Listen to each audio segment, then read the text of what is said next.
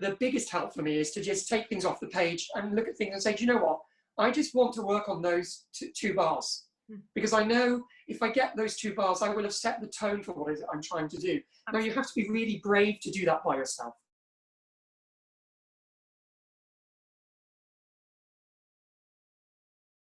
Hello, Charles. How are you? Hello, Tori. I'm really well. It's lovely to see you. You too, because it's actually been a couple of months since I've actually seen you face to face. So it's this is the next best thing. Yeah. So what we've got this the piece that we're focusing on for this week is the Benedictus, which is obviously the one of the movements from Karl Jenkins, The Armed Man, A Mass for Peace. And hopefully, if you're watching this video, this is because you have signed up and you are raring to go for week 2 of our Armed Man project. Now, what would you say the key thing to think about is when you're approaching this piece? Oh, well, I think you have to, first of all, you have to totally sell it, for me, you have to totally sell into this incredibly charming and quite seductive little melody fragment. I mean, it's just... And it's really simple. And you sort of go, all right, that's very nice. But then it keeps coming around. And there's something about the way it almost feels like it doesn't finish. And each time you hear it, you want to hear another voice do it. So that for me is seduction. That's how seduction works. You know, you hear it once and you're like, I need more of that because it's sort of got my attention. And I think once you've cracked... You're a cheap date, Charles. I know, I'm easily pleased. I'm easily pleased. One little motif and you've got me. I know, you've got me. One motif, that's all it costs. But I think once you have understood that there's something in the tension of that phrase, there's something about what that phrase does in terms of the progression, then you can really understand what this movement is trying to say. Now, you see, you're calling it a phrase, but from what you're saying, it seems like what you're actually trying to get across is that it isn't a phrase, it's a kind of open bracket. Yeah. And that there's a way, technically, which we can deal with that to make sure that we maintain that direction and legato line through it. Is that right? Yeah, absolutely. And I think that it's about making sure that the airflow is consistent, and that airflow is bookended by that very relaxed reflex breath, the really healthy one that we always want to do. But it's really important here because it's even more part of the phrase than it might normally be. And actually, it's even more part of the phrase if you're not the person then going on to sing, or you've not been singing before. So that makes it really exciting because the breath is kind of this, I don't know, this sort of kind of crossroad point as the baton is handed from one part to another. So you have to be aware of where other people's breath is, which I'm sure that's really hard when you're recording it in isolation. I can imagine it is. But I have a few tips about that. So I think it's about that. I also think it's about the melody because it's such this little beautiful fragment. Everything about it has to be perfect, and that means that the vowels have to be perfect as well. Everybody has to know exactly what the vowel is. Another mega problem of being online: we can't hear everyone or look at everybody's mouths to see if we're all making the same shape. It's so hard. But maybe some ideas about that as well. And yeah, and those two things combining to provide real legato. So we get that kind of wonderfully smooth, seductive sense that I get from this little motif. Yeah, well, I would love to play some Benedictus ping pong with you before we go, so we can really work on setting those vowel sounds so that people know what to copy, and also so we can just look at how we breathe and how we watch the breath. But first of all, will you explain to me what is your definition of a good breath? Because, ladies and gentlemen, Charles MacDougall has a PhD in this, so I think it's worth getting the definitive answer from the horse's mouth, sir, if you don't mind. A cheap date in a horse's mouth. You can take that anytime, Tori. I love you. What is a good breath? Yeah. A good breath is the natural one that you do as a reflex all the time. It's the one that you were born doing. It's not anything learned. It's something. It's the breath that we have when we sleep, and we have absolutely within every breath that we ever take when we are relaxed and when we're at peace, when we're calm, or when we're asleep. we have in that breath everything we will ever need to sing any type of music ever. And so I would challenge you, if you want to find what I think that breath is, the next time you've got a minute with your yoga mat or your deep pile rug on the floor, you're going to lie down on your back with your knees bent and your hands on your tummy, and you're just going to let that breath come in and out. We can even do it sitting.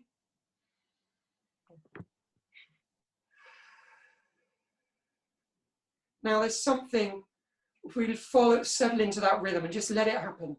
There's no shuddering, there's no surprise. It just is.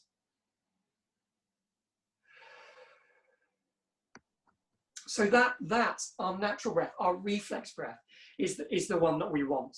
And so I think we can play with that straight away. Because what we're going to do is we're just going to be airflow. I love doing this. I love to get rid of notes and words and just be airflow. Singing is a little bit more complicated than that. It'd be nice if we were just windbags. Some of us have been criticised for worse, but I'm pretty sure I've probably been called that at some point. So what we're going to do is I'm going to take the opening bars of this lovely interplay between the sopranos and the tenors. And I want you to imagine everybody that's listening that they're both a soprano and a tenor all rolled into one. It's just one big continuous line. And all I want you to do is to, while I play, you're just going to hiss out. You can use a s or a sh. I like a, and it's just going to go like this. If I just show you, I'm just going to go.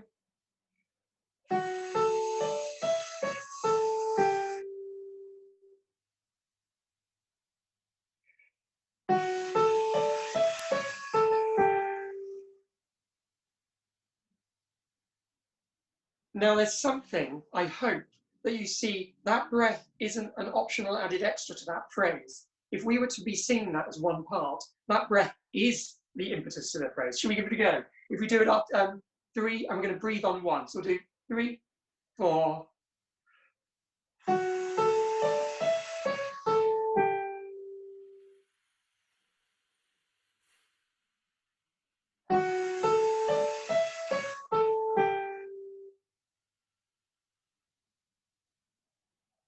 And so the thing to work on is that as you, at the beginning there, we make sure that our breath is just so unfussy. It's just, and we almost feel that. I'm going to stand, I'm going to show you what I would do.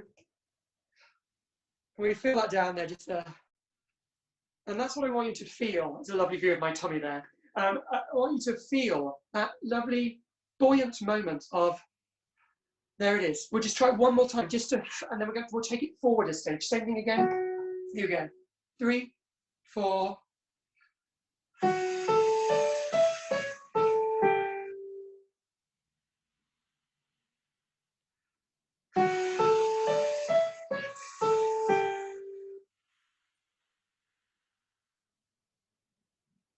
Nothing could feel more natural, right?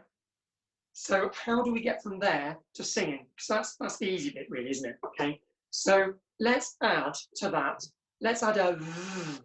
And what we're going to do is we'll use v, just a nice loose double V, if you want to think about it that way, but nothing pinched, nothing tight, not v. You're not twisting a spanner, switching a wrench. Just really gently, and have the same buoyancy in the breath. And you're going to sing the pitches. So it sounds like this.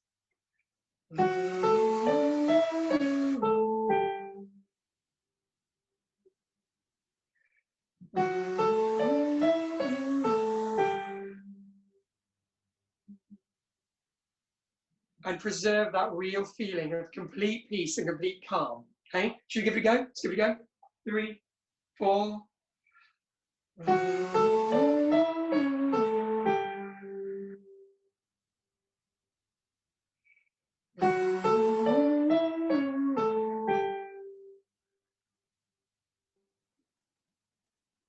Okay, so do we like that feeling? The thing that really strikes me about that I think I want to highlight for people is how effortless it is. You're not trying to achieve a legato line by taking a bigger breath and pushing the air out or trying to keep it even or any of this language that people might have heard before. The thing that is such a revelation is how easy it should feel. Yeah, and I think that absolutely people use a lot of that language, and of course there's always a good reason. People have said try singing it smoother, you know, and sometimes this language is so important to us, isn't it? But actually sometimes the issue is much further back down the line, which is what did the breath look like that you actually took there? Because unless that breath is that buoyant, then anything that follows has then got to be manufactured rather than natural. So we're remembering, you asked me what was my definition of a good breath. What's the natural one? Yeah. So what is the natural one? So here we go. Actually, well then what follows feels very easy and very free because it's very natural. We don't have to make something happen. It just happens. And I think So, the silver linings of singing on your own and doing these kind of projects is that you have a unique chance to be self-aware. You've got no other distractions. You can really tune in to how it feels. And notice I'm saying how it feels and not how it sounds, because it's not necessarily about listening to yourself, is it, Charles? no, it's actually about switching on to your perception of what is going on physically, I think. And that's not to say that imagery isn't really important, and also listening to yourself, very important, but sometimes switching off that meddling brain that we have, because we all want to sound beautiful all the time. And actually, sometimes what we need to do is be relaxed, calm, healthy, and efficient. And then what follows is much more real, and therefore it is more beautiful. So, yeah, I think switching off the ears sometimes, and going back for me, getting rid of all of the things that cause us problems in singing, vowels, words, worrying about all of that, and also worrying about things in context. I find as a singer, the biggest help for me is to just take things off the page and look at things and say, do you know what? I just want to work on those two bars. Because I know if I get those 2 bars, I will have set the tone for what it is I'm trying to do. Now, you have to be really brave to do that by yourself. Yes. Because you've got to take the time to step back and not rush yourself. And it's really hard. And then, of course, when the recording happens and we hear that click track and we see the conducting track, we think, right, I've got to get on with it. Oh! What we need to have is that really, really deep-seated sense of, I remember how I did this when I was just feeling like these 2 bars in isolation, they were so easy. And what I feel about this piece in particular is that the first 2 bars, just that beautiful motif, it actually, singing that in the right way and getting it really nailed, unlocks the rest of the piece, technically and musically, in terms of legato line, doesn't it? Yeah, absolutely. And it's really interesting because, of course, quite a lot of the discussions we might then have with a choir, like, pass the melody from one part to the other because, you know, we want that energy. Well, we've already done that because we've already clocked that, well, hang on a minute, we're part of this bigger phrase. Actually, maybe the phrase is the two Benedictuses. I don't know what the plural is. Benedictus. So, Benedicti, yeah, that'll work. But those two little motifs, actually, are they part of one big long super phrase? It just happens that they're split up. So the more we can feel that, the more we'll understand that interplay.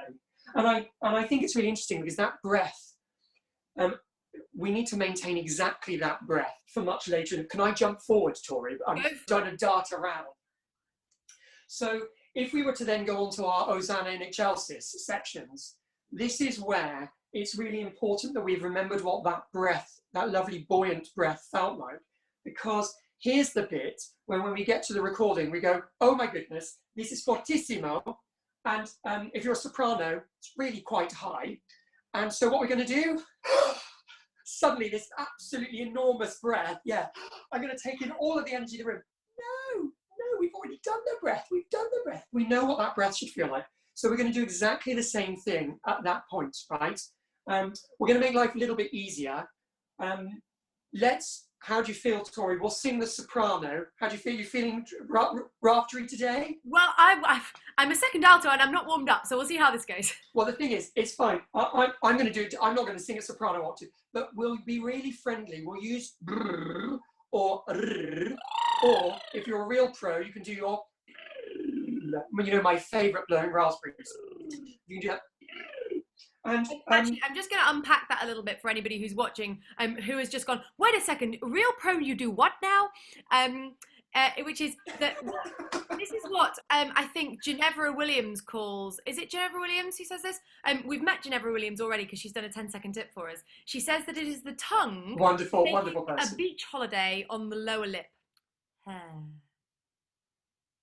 And then if you can join that with a lip trill, what it does is it moves your tongue forward so that you're not likely to depress at the back, depress your tongue root. It's really useful to just use as a sort of safety net for practicing all this kind of rafters singing, as Charles says. So let's all just have our tongues take a beach holiday on our lower lip and just go,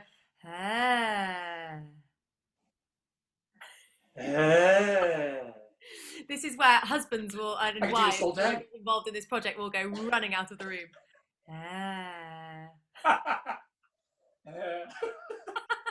Lip trill and tongue trill. And like for me, it's my bottom lip that moves. Yeah, yes, yeah. Or how I feel at the end of a very long day of Zoom. So there we go. That's all that's left sometimes. But dare I say, you know, at Stay at Home Choir, we take the music very seriously, but it is absolutely all about having fun. And this is really, really useful to take that pressure off your tongue root and just to keep all of it. If you can't do a lip trill unless you have a regular airflow. So it's a really good litmus test for how well that air is actually moving. Go on, Charles. Yeah, no, it really is. And people often say, I can't do it. I can't roll my R's. Or I can't do lip trills, and I say, right, well, we need to go back a stage because we absolutely need to check what the airflow is doing.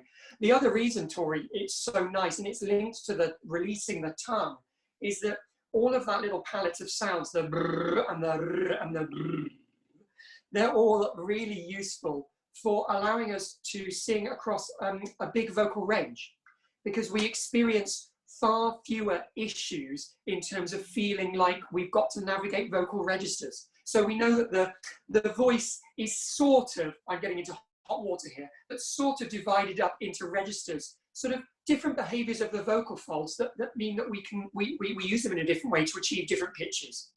And using these sounds allows us to traverse any boundary, any limit we feel, or any glass ceiling we might feel at the top of one register before we get into another one. And boy, do we all know, I mean, I'm a tenor, we spend our life trying to navigate these dangerous waters. And altos, you have an absolute horrible time as well, because suddenly everybody wants you to sound very light and soprano-like, and you're thinking, no, thank you, I'd like to take my chest all the way up there. So, you know, there's a really great sound. So the reason I'm using it is because this is high for the sopranos. And let's call a spade a spade. Some people go, oh, top A is not high for me. Top A is high for everybody. It's high for some people make it look easy. Yeah. It's high. It's high for everybody. Okay? So we've got this lovely Hosanna in Excelsis section. And all I want to do is to or it. Okay? So we have 3, 4, 1.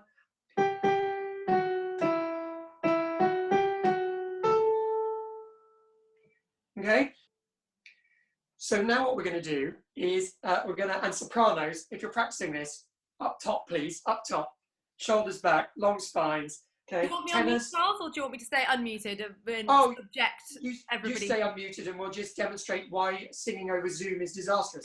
So, so what I want us to do is exactly the same treatment, okay, which is that we're going to count 3, 4. And it's the same breath, right? Before we get into our hosannas. Okay, here we go, see it go. 3, 4.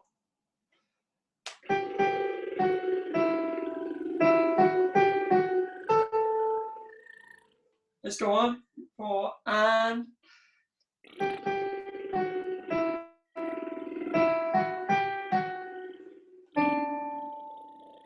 And.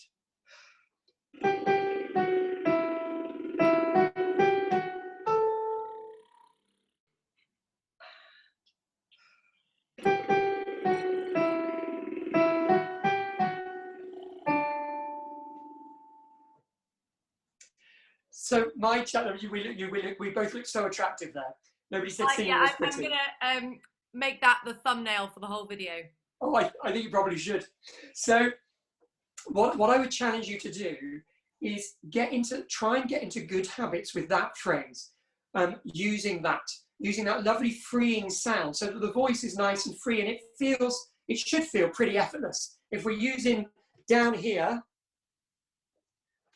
and we've got a nice consistent airflow, one of those three sounds will suit us very nicely. But try and get into the habit of making the breath part of that phrase just as much as it was when we were singing really gently.